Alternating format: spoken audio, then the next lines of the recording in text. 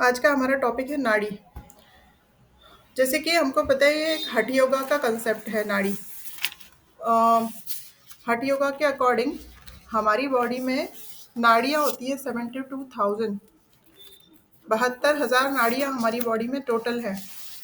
और जैसे कि अभी तक हमने दूसरे योग जैसे कि पातंजल योग वगैरह हमने पढ़ा हुआ है।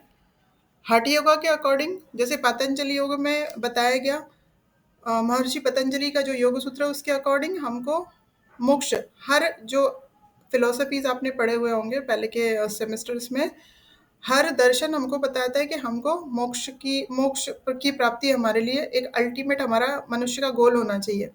ठीक है। और उसके लिए हम क्या क्या चीज़ें करते हैं, जो भी उसके लिए चीज़ें कर सकते हैं हम। तो पतंजलि योग ने बताया कि यम नियम आसन प्राणायाम प्रत्याहार धारणा ध्यान समाधि, इस सीक्वेंस में हमको आगे बढ़ना चाहिए। बट जैसे कि आज हम बात करने वाले हैं हठ योगा की, बिकॉज नाड़ी हठ योगा का कंसेप्ट है। तो उनके अकॉर्डिंग हमको यम नियम की उतनी ज़्यादा ज़रूरत नहीं है। उनके अकॉर्डिंग हमको अपनी बॉडी को प्योरीफाई करना बहुत ज़रूरी है, क्लीन करना बहुत ज़रूरी है। क्लीन करेंगे तब जाके हम अपने माइंड पे कंट्रोल रख पाएंगे, अपनी बॉडी को उस लायक बना पाएंगे कि हम मोक्ष तक जा सकें। उन्होंने यम नियम को उतना ज़्यादा इम्पोर्टेंस नहीं दिया, उन्होंने इम्पोर्टेंस दिया बॉडी के प्योरिफिकेशन पे। तो इसमें कंसेप्ट आया नाड़ी का। तो नाड़ी मतलब क्या? Nadis are the energy channels within the body. हमारी बॉडी में एनर्जी के चैनल्स हैं जिनमें प्राणों का फ्लो होता है। हमको पता है प्राण वर्ड को हम केवल अगर प्राण का इंग्लिश में ट्रांसलेट करें तो प्राणों के लिए सही वर्ड लाइफ एनर्जी बोल सकते हैं। उसको केवल ऑक्सीजन नहीं बोल सकते, बिकॉज केवल ऑक्सीजन, हमारी बॉडी से ऑक्सीजन पूरी तरह से कम हो जाए ऐसा नहीं होता ना डेथ के बाद में। ऑक्सीजन तो होती है बॉडी में, बट प्राण निकल चुके होते हैं। तो प्राणों का फ्लो जो बॉडी में होता है, पूरी ओवरऑल बॉडी में प्राणों की फ्लो की वजह से ही हम जीवित कहला रहे हैं ना। हम जिंदा क्यों हैं? प्राण है हमारे अंदर। प्राण निकल गया तो कोई लाइफ नहीं है। तो लाइफ एनर्जी है, प्राण मतलब लाइफ एनर्जी। और वो लाइफ की एनर्जी हमारी बॉडी में जिन चैनल्स के थ्रू फ्लो होती है वो है नाड़ियाँ या एनर्जी चैनल्स। इनको बोल सकते हैं हम कि एनर्जी के चैनल्स है हमारी बॉडी में। जैसे हमारे समझने के लिए हम ऐसे समझ सकते हैं कि जैसे कि आपको सभी को पता है कि इलेक्ट्रिक के वायर्स होते हैं। पता है सभी को? हैंड रेस कीजिए सुन रहे हैं अगर तो। इलेक्ट्रिक वायर्स होते हैं, अगर उनमें हम सभी को पता है कि इलेक्ट्रिक फ्लो हो रही है। अगर आपने लाइट ऑन किया, दैट मीन्स करंट फ्लो हुआ, उसकी वजह से लाइट आप ऑन कर पा रहे हो। ठीक है। तो आप अगर किसी वायर को कट करोगे तो क्या उसमें इलेक्ट्रिक का फ्लो देख पाओगे? दिख सकता है क्या? आपको लगता है दिखता होगा इलेक्ट्रिक का फ्लो? नहीं दिखता ना। फ्लो तो हो रहा है बट दिखता नहीं है। ऐसे ही हमारे एनर्जी चैनल्स में, हमारे नाड़ियों में प्राणों का फ्लो होता तो है, बट हम उसको फिजिकली हमको विजिबल नहीं होता वो। ठीक है। तो इस तरह का कंसेप्ट है नाड़ियों का। और ऐसी 72,000 नाड़ियां हमारे बॉडी में है अकॉर्डिंग टू हट प्रदीपिका। हट प्रदीपिका आपको पता होगा, बिकॉज आप अभी थर्ड सेम के स्टूडेंट्स है, तो आपको हट प्रदीपिका, हट योगा का एक बहुत ही इंपॉर्टेंट टेक्स्ट है। तो उसके अकॉर्डिंग नाड़ियों का मतलब नर्व्स नहीं होता। It is not a physical channels, ये फिजिकल चैनल्स नहीं होते, इसलिए ये दिखाई भी नहीं देते। इलेक्ट्रिक वायर की तरह ये काम करते हैं। जैसे कि हमारे इलेक्ट्रिक वायर्स में हमको पता था दो तरह का फ्लो होता है उसमें, एक तो निगेटिव एंड पॉजिटिव। वैसा ही हमारी बॉडी में भी निगेटिव और पॉजिटिव दो तरह का फ्लो होता है। ठीक। हमारी बॉडी में निगेटिव फ्लो और पॉजिटिव फ्लो दो टाइप का होता है। ये भी हम आगे जाके समझेंगे कैसे। तो देखिए इस पिक्चर में आप देख पा रहे हो कि पूरी बॉडी में नाड़ियों का एक जाल के जैसा बिछा हुआ है। पूरा एक जाल की तरह नाड़ियों का है पूरी बॉडी में, हेड से लेके टो तक आपके।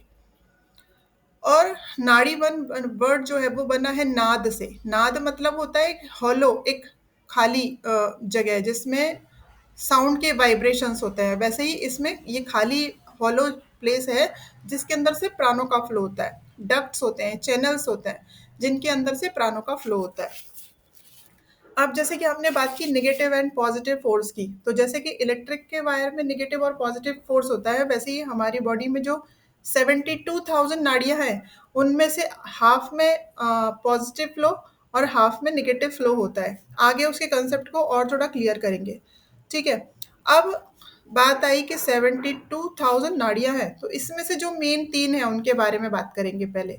सबसे ज़्यादा ऐसे देखा जाए तो 72,000 है, लेकिन सबसे ज़्यादा इम्पोर्टेंट जो 3 हैं वो है इड़ा, पिंगला एंड सुषुम्ना। इस पिक्चर में आप देख पाएंगे नेक्स्ट में, यहाँ पे आप थोड़ा समझ पाओगे इसमें। जस्ट इस पिक्चर में आप समझ पाएंगे। ये देखिए, मूलाधार चक्र से स्टार्ट होके हमारे लेफ्ट नोस्ट्रल तक जो आती है, हमारा लेफ्ट वाला जो नोस्ट्रल है वो है एड़ा नाड़ी, हमारा राइट वाला जो नोस्ट्रल है वो है पिंगला नाड़ी। और आप सेंटर में एक लाइन देख पा रहे हैं, आप इन दोनों नाड़ियों को, ईड़ा और पिंगला को जिगजैग मूवमेंट में देख पा रहे होंगे। जिगजैग तरीके से वो नीचे से बढ़ते हुए ऊपर तक जा रहे हैं, और उनके सेंटर में एक नाड़ी है वो है सुषुम्ना नाड़ी। ठीक है, तो ये 3 मेन नाड़ियाँ हैं। ईड़ा नाड़ी जो है उसमें नेगेटिव फोर्स होता है, नेगेटिव एनर्जी का फोर्स, या फिर बोल सकते हैं फ्लो ऑफ कॉन्शियसनेस, मतलब हमारे माइंड की एनर्जी, मस्तिष्क की एनर्जी, ऐसे बोल सकते हैं। दूसरा है पिंगला। पिंगला मीन्स हमारा राइट नोस्ट्रल पे जो नाड़ी आती है वो नीचे से स्टार्ट होके, बेस हमारे मूलाधार चक्र से स्टार्ट होके हमारे राइट नोस्ट्रल तक जो नाड़ी आती है वो है पिंगला नाड़ी या सूर्य नाड़ी, या इसको बोलेंगे पॉजिटिव फोर्स। पहले वाला था नेगेटिव, दूसरा वाला है पॉजिटिव। तो इस तरह की नेगेटिव एंड पॉजिटिव 2 तरह की नाड़ियाँ होती हैं। फ्लो, जो दूसरी नाड़ी है मतलब हमारी पिंगला नाड़ी, इसमें होता है स्पिरिचुअल एनर्जी का फ्लो। पहले वाले में था फ्लो ऑफ कॉन्शियसनेस, और दूसरे वाले में है flow of spiritual energy. And the sushumna nadi represent, अब जो सेंटर में नाड़ी है उसके बारे में बात करेंगे। एकदम सेंटर में आपको एक सीधी लाइन दिख रही है, वो सुषुम्ना नाड़ी में ना ही पॉजिटिव फोर्स ना ही नेगेटिव फोर्स, तो उसमें न्यूट्रल फोर्स होता है, neutral flow of the vital energy. मतलब उसमें आने के बाद ना ही निगेटिव होता है ना पॉजिटिव होता है, वहाँ पे फोर्स न्यूट्रल हो जाता है। अब क्या इसका कंसेप्ट है वो थोड़ा हम और अच्छे से समझ लेंगे। ये पिक्चर से आपको इड़ा, पिंगला और सुषुम्ना का पोजीशन हमारी बॉडी में, लोकेशन जो है वो क्लियर हुआ होगा। और ये भी देख पा रहे हैं, आपको लेफ्ट से स्टार्ट हो रही है तो राइट में आके एंड हो रही है, राइट से स्टार्ट हो रही है वो ऊपर आके लेफ्ट में एंड हो रही है। अब ऊपर जाके देखिए, दोनों आईब्रोज के बीच में सेंटर में आके ये तीनों नाड़ियों का एक मीटिंग पॉइंट है, लेफ्ट वाली, राइट वाली और बीच वाली, मतलब सुषुम्ना नाड़ी। इड़ा, पिंगला, सुषुम्ना, तीनों का जो मीटिंग पॉइंट ऊपर आके एंड, ऐसे मीटिंग पॉइंट तो इनके कई सारे हैं जो बेस से स्टार्ट हो रहे हैं, कई जगह पे तीनों मिल रही है सेंटर में, ठीक है। बट लास्ट में कहाँ मिल रही है, उसके बाद कहीं और नहीं मिले, वो है हमारे दोनों आईब्रोज के बीच में का सेंटर, मतलब हमारा आज्ञा चक्र। वहां पे आके इन तीनों का मीटिंग पॉइंट जो है वो वो है आज्ञा चक्र।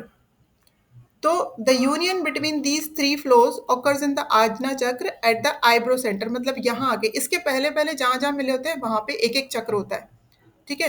तो हमको नाड़ियां भी समझ आई और चक्र भी समझ में आया कि चक्र क्या होता है। जैसे एनर्जी के चैनल्स हैं नाड़ियां, वैसे एनर्जी के सेंटर्स हैं चक्र, मतलब वहां पे नाड़ियां उलझी हुई एक एक बंडल के जैसे होती हैं चक्रों पे, और लास्ट में आके ये हमारे आज्ञा चक्र पे मिलती है। अब जैसे कि हठ योगा के नाम से ही पता चलता है, ह एंड ठ, ह रिप्रेजेंट किसको करता है, ये दोनों वर्ड का किस क्या हर हठ वर्ड जो है वो क्या रिप्रेजेंट करता है, ह रिप्रेजेंट करता है प्राण को, या फिर सूर्य की जो एनर्जी है, या जो पिंगला नाड़ी नाड़ी हम जिसको बोलते हैं, मतलब हमारे प्राण, सूर्य नाड़ी या वाइटल एनर्जी को रिप्रेजेंट करता है ह लेटर। उसके बाद जो ठ है वो किसको रिप्रेजेंट करता है, हमारे माइंड को, या फिर कह सकते हैं चंद्र नाड़ी को, या हमारी मेंटल एनर्जी को। मतलब आपको समझ आया, जो ठ है वो मेंटल एनर्जी को रिप्रेजेंट करता है, और जो ह था वो वाइटल एनर्जी को रिप्रेजेंट करता है, मतलब बॉडी की एनर्जी को, ठीक है। तो इस तरह से हठ योगा कंप्लीटली अपने आप में बॉडी और माइंड दोनों के बारे में बात कर रहा है, और सेंटर में आके वो न्यूट्रल हो रहा है। मतलब हमारी राइट नोस्ट्रल है हमारी बॉडी की एनर्जी, हमारा लेफ्ट नोस्ट्रल है हमारा माइंड की एनर्जी, मस्तिष्क की एनर्जी। इन दोनों को इक्वलाइज करता है सेंटर में आके, सुषुम्ना नाड़ी में, जहाँ पे न्यूट्रल एनर्जी का फ्लो होता है। तो हमको यहाँ से हठ योगा का मीनिंग भी पता चल रहा है कि union between the pranic and the mental force. Pranic force कौन सा था हमारा? राइट नोस्ट्रल, और लेफ्ट नोस्ट्रल था हमारा मेंटल फोर्स। इन दोनों का यूनियन ही हठ योगा है। हठ योगा का एम भी यही है कि दोनों को आके एक जगह पे लाके न्यूट्रलाइज करना। और जब इन दोनों का आपस में यूनियन या योग हो जाता है तो एक उच्चतम स्तर की चेतना हमको प्राप्त हो जाती है, उसे ही योग कहते हैं। हठ योगा करते करते, हठ योगा के आसन प्राणायाम उसकी शुद्धि क्रिया करते करते एक दिन हम एक ऐसे हायर लेवल ऑफ कॉन्शियसनेस पे पहुंच जाते हैं कि हम बियॉन्ड द फिजिकल वर्ल्ड का एक्सपीरियंस करने लगते हैं। उसी को हठ योगा में योग की डेफिनेशन दी गई है। तो नाड़ियाँ हमने समझ ली कि नाड़ियाँ का कैसे जाल हमारे बॉडी में बिछा हुआ है, देन उन नाड़ियों का कंसेप्ट क्या है, फिर 3 मेन नाड़ियाँ कौन सी है। तो हठ योगा का एम ही है अपनी, हठ योगा का एम क्या है? मोक्ष को प्राप्त करना तो हर इसका एम है। पर उन्होंने बताया कि पहले अपनी बॉडी को प्योरीफाई किए बिना हम कुछ भी अचीव नहीं कर पाएंगे। ना ही इवन हम प्राणायाम जो करते हैं, उन प्राणायाम का बेनिफिट भी हम प्रॉपरली नहीं ले सकते अगर हम बॉडी को प्योरीफाई नहीं करते। क्यों बताया प्योरीफाई करने की ज़रूरत? उन्होंने जो 72,000 नाड़ियाँ बताई हैं, उन्होंने बोला इसमें अशुद्धियाँ होती है, इनमें इम्प्योरिटीज़ होती है। इम्प्योरिटीज़ कई टाइप के हो सकते हैं। वो इम्प्योरिटीज़ की वजह से हमारी बॉडी में डिसीजेज होते हैं। कैसे? जब नाड़ियों में इम्प्योरिटीज रहेंगी, समझिए इस जगह पे जाते हैं, इसके पहले वाले पिक्चर पे, जस्ट अ मिनट। जैसे ये नाड़ियाँ पूरे बॉडी में एक वेब की तरह बनाया हुआ है, समझ लीजिए इनमें फ्लो नहीं हो पा रहा, प्रॉपर प्रॉपर फ्लो नहीं है ऑक्सीजन का बोल लीजिए, प्राणों का फ्लो प्रॉपर नहीं है। तो क्या होगा? तो वहां पे प्राण रिस्ट्रिक्ट हो जाएंगे, वहां से प्राण प्रॉपरली आगे के बॉडी ऑर्गन पे फ्लो नहीं हो पाएगा। फ्लो नहीं हो पाएगा तो क्या होगा? डिसीजेस जनरेट होंगे। अब अगर वो फ्लो का रिस्ट्रिक्शन राइट नोस्ट्रल की साइड की नाड़ियों में आया तो बॉडी से रिलेटेड प्रॉब्लम्स होंगे। लेफ्ट साइड के नाड़ी से रिलेटेड नाड़ियों में आया तो मेंटल रिलेटेड इश्यूज होंगे। ठीक है, तो इस वजह से उन्होंने बोला कि बॉडी में जितने भी डिसीज होते हैं, हठ योगा का कॉन्सेप्ट डिसीज का ये है कि हमको जितनी भी बीमारियां होती है वो सब बीमारियां नाड़ियों में प्राणों के फ्लो के रुकने की वजह से होती हैं। तो अगर हमको हेल्दी रहना है तो हमको इन नाड़ियों को क्लीन करना बीच बीच में बहुत ज़रूरी है। बीच बीच इन रेगुलरली ही करना है। कुछ चीज़ें रेगुलर करने की होती है, कुछ चीज़ें एक टाइम इंटरवल के बाद करने की होती है। तो उनका कहना है कि प्योरिफिकेशन बहुत ज़रूरी है, जबकि प्योरिफिकेशन का जो कंसेप्ट है वो इसके पहले किसी ने नहीं दिया था। महर्षि पतंजलि ने प्योरिफिकेशन का कंसेप्ट नहीं दिया। उन्होंने बोला यम नियम करो, आसन करो, फिर प्राणायाम प्रत्याहार धारणा ध्यान समाधि तक आप पहुंच जाओगे। पर इन्होंने यम नियम को नहीं माना। इन्होंने बोला यम नियम की ज़रूरत नहीं है, बॉडी को प्योरीफाई करो। प्योरीफाई के बाद आप डायरेक्ट आगे के हायर लेवल पे जा सकते हो, जैसे मेडिटेशन कर सकते हो बाद में, और प्राणायाम करोगे उसके बेनिफिट्स भी मिलेंगे। ठीक है, तो इस तरह से इन्होंने बताया कि हमारी नाड़ियाँ अगर प्योरीफाइड नहीं होंगे तो हम मेडिटेशन तक पहुँच ही नहीं पाएंगे और बॉडी में डिसीजेस भी रहेंगे। अगर समझो किसी की नाड़ियों में बहुत सारे इम्प्योरिटीज़ हैं, इम्प्योरिटीज़ है मतलब वो बीमार होगा, कुछ ना कुछ डिसीज़ होंगे। ठीक है, तो क्या प्रॉब्लम आएंगी मेडिटेशन करते वक्त? क्या होगा? अगर समझिए एक नॉर्मल पर्सन है, नॉर्मल इन द सेंस वो योग योग नहीं करता कभी भी। ठीक है, प्राणायाम आसन वासन कुछ नहीं करते, और उनको बोल दिया जाए कि डायरेक्टली चलिए, जैसे आजकल डॉक्टर्स भी बोलते हैं ना कि आप मेडिटेशन किया करो। किसी को इंसोम्निया का प्रॉब्लम है, नींद नहीं आती है, किसी को स्ट्रेस का प्रॉब्लम है, किसी को डिप्रेशन का प्रॉब्लम है, घर में कुछ इश्यूज हैं, तो हर कोई आजकल एक ही सलाह देता है, आप थोड़ा मेडिटेशन किया करो, आपको माइंड रिलैक्स होगा। तो अगर ऐसा पर्सन जिसने कभी योग का नाम ही नहीं सुना, जिसने कभी किया ही नहीं है, वो अगर मेडिटेशन करने बैठेगा तो उसके साथ में दो चीज़ें होंगी। पहली चीज़, पहला क्या होगा? अगर उसका राइट नोस्ट्रल में फ्लो हो रहा है, राइट नोस्ट्रल से प्राणों का फ्लो हो रहा है, ठीक है, तो क्या होगा? वो पर्सन सो जाएगा, मतलब सोने की जैसी उसकी स्थिति हो जाएगी मेडिटेशन करते वक्त। आंखें बंद की, बैठे बैठे 15 मिनट हो गए, ऐसा लगेगा अब तो मैं सो ही जाऊं। क्यों? क्योंकि उनकी ईड़ा नाड़ी में फ्लो था उस वक्त, उनको नहीं पता ये कंसेप्ट कि ईड़ा का फ्लो का कंसेप्ट क्या है। बट ईड़ा में जब ईड़ा में मतलब लेफ्ट नोस्ट्रल में जब फ्लो होता है तो हमारा माइंड ज़्यादा जागा हुआ रहता है, मतलब you will go to sleep and your brain will produce delta waves. उनको नहीं पता चलेगा कि मुझे नींद सी क्यों आ रही है मेडिटेशन करते वक्त, उनको पता ही नहीं है क्योंकि नाड़ियों में तो इम्प्योरिटीज हैं बहुत सारे, वो तो क्लीन किए ही नहीं, डायरेक्टली मेडिटेशन करने चले गए। ठीक है। या फिर दूसरी कंडीशन क्या होगी, राइट नोस्ट्रल का फ्लो होगा, राइट मतलब पिंगला नाड़ी, मतलब कि सूर्य नाड़ी, अगर फ्लो वहां पे है और उन्होंने मेडिटेशन करने की कोशिश की तो क्या होगा, उनको अलग अलग थॉट्स आते रहेंगे, लगातार एक के बाद एक थॉट आएगा और वो रोक ही नहीं पाएंगे, उनका कोई कंट्रोल ही नहीं रहेगा। क्यों? क्योंकि उन्होंने नाड़ियों पे काम ही नहीं किया, प्योरिफिकेशन कुछ किया ही नहीं, शरीर की शुद्धि नहीं की, एकदम से मेडिटेशन करने बैठ गए। तो दो सिचुएशन की वजह से कोई भी पर्सन मेडिटेशन नहीं कर पाता आज के टाइम में। सुनते सब है, यूट्यूब पे भी बहुत कुछ है, बहुत सारे वीडियोज़ हैं, बहुत लोग हमको बोलते हैं, टेक्निक भी बताते हैं, पर हम क्यों नहीं सक्सेसफुल होते? हमको नाड़ियों का कंसेप्ट ही नहीं पता कि मेरी नाड़ियों में इम्प्योरिटीज़ हैं, मुझको उनको क्लीन करना बहुत ज़रूरी है, उनको प्योरीफाई करना बहुत ज़रूरी है, तब तक मैं मेडिटेशन की स्टेट तक भी पहुँच नहीं सकती। ठीक है। तो ये दो कंडीशन उनके सामने आएंगी अगर वो फोर्सफुली मेडिटेशन करने की कोशिश करते हैं, माइंड तो रिलैक्स होगा नहीं और ज़्यादा टेंशन में आ जाएंगे, हमसे तो कुछ हुआ ही नहीं मेडिटेशन, हम तो बैठे थे और दिमाग में 10 तरह के ख्याल आ गए या हमको नींद आने लगी। तो उनको समझना पड़ेगा कि मेरी राइट नोस्ट्रल में फ्लो है, अभी लेफ्ट में है, चेक करना पड़ेगा। ठीक है। और सेंटर में लाने के लिए क्या करना है फ्लो को, जिससे कि हम मेडिटेशन में सक्सेसफुल हो, वो हम आगे पढ़ेंगे। When both the nostrils are flowing equally, ये तो हमने बात की लेफ्ट की और राइट की, लेकिन अगर किसी का दोनों नोस्ट्रल से फ्लो इक्वल है, चेक कैसे करेंगे, एक्सेल करके। अगर आपका दोनों का एक्सेलेशन सेम है, अगर आपका दोनों का एक्सेलेशन का फ्लो इक्वल है, तो that mean Sushumna is flowing. तो समझ लीजिए कि आपकी जो सुषुम्ना नाड़ी है, प्राण उसमें फ्लो हो रहे हैं अभी। अगर आपने दोनों से फ्लो इक्वल हो रहा है तो समझ लीजिए कि आपकी सुषुम्ना नाड़ी से प्राणों का फ्लो हो रहा है और आप सक्सेसफुली मेडिटेशन कर सकते हो, कितना भी देर आराम से आप बैठ के उसमें सक्सेसफुली आप ध्यान लगा सकते हो। You can meditate without any difficulty. तो एम क्या है यहाँ पे, हमारा एम है दोनों जो एनर्जी है लेफ्ट और राइट, प्राणिक एनर्जी, मेंटल एनर्जी, दोनों जो शक्तियां हैं पावरफुल, उन दोनों में सामंजस्य, उन दोनों में तालमेल बिठाना और धीरे से अपना फ्लो सुषुम्ना नाड़ी में लेके आना, ये हठ योगा का एम है। इन ये हम नाड़ियां पढ़ रहे हैं, ध्यान रखिए कि हमको जो मेन मेन 3 नाड़ियां उनके बारे में समझ रहे हैं। तो क्योंकि जनरली आम तौर पे ये असंतुलित रहता है, मतलब इम्बैलेंस रहता है हर पर्सन में। जो रेगुलरली योग नहीं करते, मेडिटेशन प्राणायाम नहीं करते, उनका असंतुलित ही रहता है। उनका आप पूछ लीजिएगा किसी को भी, तो उनका किसी एक नाड़ी से फ्लो हो रहा होगा, एक्सेल करके चेक कर सकते हैं, या तो राइट से या फिर लेफ्ट से। तो हमारा एम है दोनों का फ्लो लाके सुषुम्ना नाड़ी में लेके आना।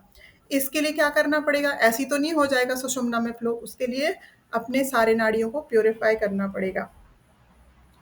और हठ योगा के अकॉर्डिंग इड़ा, पिंगला और सुषुम्ना, इन तीनों का योग ही, इन तीनों का जो यूनियन ही योग है। मतलब mind, body and spirit. Mind बोला गया इड़ा को, बॉडी बोला गया है पिंगला नाड़ी को, और सुषुम्ना नाड़ी को बोला गया है स्पिरिट या आत्मा। इन तीनों का जॉइनिंग ही योग है। अब एक चीज और समझ लेते हैं कि इड़ा अगर फ्लो होती है, हमको ये पता तो चल गया कि किसी भी, जो लोग रेगुलरली योगा नहीं करते उनमें कोई एक नाड़ी में ही एट अ टाइम एक ही नाड़ी से फ्लो हो रहा होता है, या तो लेफ्ट डोमिनेटिंग होती है या फिर राइट। तो जिन पर्सन की लेफ्ट ज्यादा डोमिनेटिंग है, लेफ्ट डोमिनेटिंग का मतलब क्या है, उनकी मानसिक शक्ति बहुत ज्यादा है, मानसिक शक्ति का फ्लो बहुत ज्यादा है। और वो मानसिक शक्ति किसको डोमिनेट कर रही है, वो कर रही है हमारी बॉडी की शक्ति को, मतलब हमारी फिजिकल जो पावर है उसको। तो मानसिक शक्ति जब अधिक हो जाती है या प्राण शक्ति उसको, प्राण शक्ति उससे कम पड़ रही है ना, बॉडी की शक्ति मानसिक शक्ति से कम पड़ जा रही है, मतलब दोनों इक्वल नहीं है। इसको भी 5 होना है, इसको भी 5 होना है, तो इक्वल चलेंगे। ठीक है। लेकिन मानसिक शक्ति ज्यादा हो रही है, बॉडी की शक्ति कम पड़ रही है, मतलब प्राण शक्ति कम पड़ रही है, तो क्या होगा, उनको पागलपन, दिमागी बीमारियां, मेंटल डिसऑर्डर्स ऐसे लोगों को होने के चांसेस होते हैं जिनका ब्रेन बहुत ज़्यादा पावरफुल रहता है, लेकिन बॉडी उसको सँभाल नहीं पाती। इसलिए दोनों का इक्वली बैलेंस्ड होना बहुत ज़रूरी है और वो हम योगा के थ्रू कर सकते हैं। दूसरा, पिंगला नाड़ी में अगर ज़्यादा फ्लो हो, मतलब राइट नोस्ट्रिल में, यानी कि प्राण शक्ति की अधिकता है, मानसिक शक्ति की कमी है, दोनों को इक्वल लाना है हमको, लेकिन किसी वो योग नहीं करते समझिए। तो प्राणों की शक्ति ज़्यादा है, ईड़ा नाड़ी सॉरी पिंगला नाड़ी ज़्यादा डोमिनेंट है, तो क्या होगा उनमें एग्रेसिवनेस रहेगा, क्राइम करने की जो प्रवृत्ति होती है वो बहुत ज़्यादा होती है। जितने भी क्राइम करने वाले लोग होते हैं उनकी ईड़ा ईड़ा नाड़ी सॉरी पिंगला नाड़ी डोमिनेंट होती है, मतलब बॉडी की जो शक्ति है प्राण शक्ति वो ज़्यादा होती है मेंटल शक्ति, इसी या वो समझ लीजिए कि इम्बैलेंस्ड रहता है, बैलेंस में नहीं है, दोनों बैलेंस होने चाहिए। सभी प्रकार के वायलेंट बिहेवियर्स उन लोग करते हैं और शरीर में शक्तियों का बैलेंस स्टेट में रहना इसी वजह से बहुत ज़्यादा ज़रूरी है। ठीक है, तो ये समझ में आया हमको। यहाँ पे एनर्जी, अब हम सोचेंगे कि प्राण शक्ति ज़्यादा है तो क्यों नहीं मेंटल शक्ति भी तो उतनी हो सकती थी, ब्लॉक्ड है ना, एनर्जी ब्लॉक्ड हो रखी है वहाँ पे। उस ब्लॉक्ड एनर्जी को ओपन अप करने के लिए ही हम षटकर्म करते हैं, मतलब हठ योगा का जो कंसेप्ट है ना नाड़ियों को क्लीन करने का, वो है षटकर्म। षटकर्म उसके बाद प्राणायाम योगासन ये सब चीज़ें करके हम क्या करते हैं, जहाँ पे ब्लॉक हो रहा है, जहाँ पे ब्लॉकेजेस आ रहे हैं वो सबको हम क्लीन कर लेते हैं और दोनों तरह की हमारी नाड़ियाँ हैं वो प्योरीफाई हो जाती है। एक और दूसरा रीज़न जिसकी वजह से नाड़ियों का प्योरिफिकेशन, जो नाड़ियाँ हम पढ़ रहे हैं उनका प्योरिफिकेशन क्यों ज़रूरी है, एक और बहुत बड़ा रीज़न है। जैसे कि हम इन जनरल प्राणायाम करते हैं, हम सभी करते हैं, हैंड रेस कीजिए जो जो रेगुलर प्राणायाम करते हैं,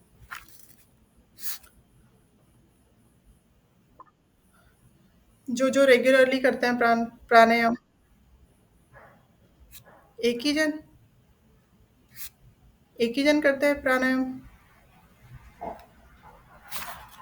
बस रोशनी जी प्राणायाम करते हैं, बाकी कोई नहीं करता। आप एमए सेकेंड ईयर के स्टूडेंट्स हैं, आपको तो डेली करना चाहिए। चलो ठीक है, इस पे हम डिस्कशन बाद में करेंगे। तो समझ लेते हैं कि क्यों क्यों ज़रूरी है। जब हम प्राणायाम करते हैं तो प्राणायाम से बहुत ज़्यादा एनर्जी हमारी बॉडी में जनरेट होती है, बिकॉज प्राणायाम बहुत पावरफुल प्रैक्टिसेस हैं, प्राणायाम बहुत पावरफुल प्रैक्टिसेस हैं, तो उसकी वजह से हमारी बॉडी में बहुत ज़्यादा और इफ़ेक्टिव भी है साथ में, तो इसकी वजह से they are not so simple to manage. हाँ, ठीक है। मतलब उतनी उनकी जो से जो एनर्जी बनती है, उसको सँभालना इतना आसान काम नहीं है, इतना सिंपल काम नहीं है। प्राणायाम से हम बहुत ज़्यादा एनर्जी जनरेट करते हैं, इसलिए उसको बिल्कुल भी लाइटली नहीं लेना चाहिए। तो pranayama process create extra heat, actually वो क्या करता है, एक एक्स्ट्रा हीट हमारी बॉडी में जनरेट करता है and that heat can awaken some dormant centres in our mind. हमारे माइंड में कुछ ऐसे प्रसुप्त सुप्त पड़े हुए सेंटर्स होते हैं जिनसे हम काम ले सकते हैं, बट हम प्राणायाम नहीं करते, सेल्स को यूज़ नहीं करते, ब्रेन के सेल्स को 100% यूज़ नहीं कर पाते, इसलिए वो डोरमेंट सेंटर एक सुप्त अवस्था में पड़े रहते हैं, उनका हम यूज़ नहीं कर पाते। तो प्राणायाम के प्रोसेस से जो हीट जनरेट होती है उसको कई बार हमारी बॉडी सस्टेन नहीं कर पाती हीट की वजह से। तो वो हीट जनरेट ना हो, उस प्राणायाम का हम ज़्यादा से ज़्यादा बेनिफिट ले पाएँ, और इसलिए हम पहले अपनी बॉडी को, अपने नाड़ियों को शुद्ध करना, प्यूरिफ़ाई करना बहुत ज़रूरी बताया गया है। ठीक है? क्योंकि नाड़ियाँ तो ब्लॉक्ड हैं और हम कर रहे हैं प्राणायाम, तो हीट जनरेट होगा, बिकॉज़ फ्लो तो प्रॉपर हो नहीं पाएगा। इसलिए उन्होंने बोला प्राणायाम से पहले शुद्धि क्रियाएँ करिए, और हठ योगा में 1 नहीं, 2 नहीं, पूरी 6 शुद्धि क्रियाएँ बताई गई हैं, जिनसे हम अपनी बॉडी के 72,000 एनर्जी चैनल्स को प्यूरिफ़ाई कर सकते हैं और प्राणायाम के कंप्लीट बेनिफिट्स को हम एक्सपीरियंस कर सकते हैं। इसके लिए 6 षटकर्मा टेक्निक, षटकर्मा मतलब ये होता है 6, तो वो बताए गए हैं और सारे एनर्जी चैनल्स उनके थ्रू हम प्यूरिफाई कर सकते हैं। जैसे कि 6 बताए गए हैं, धोती, बस्ती, नेति, त्राटका, नौली और कपालभाति।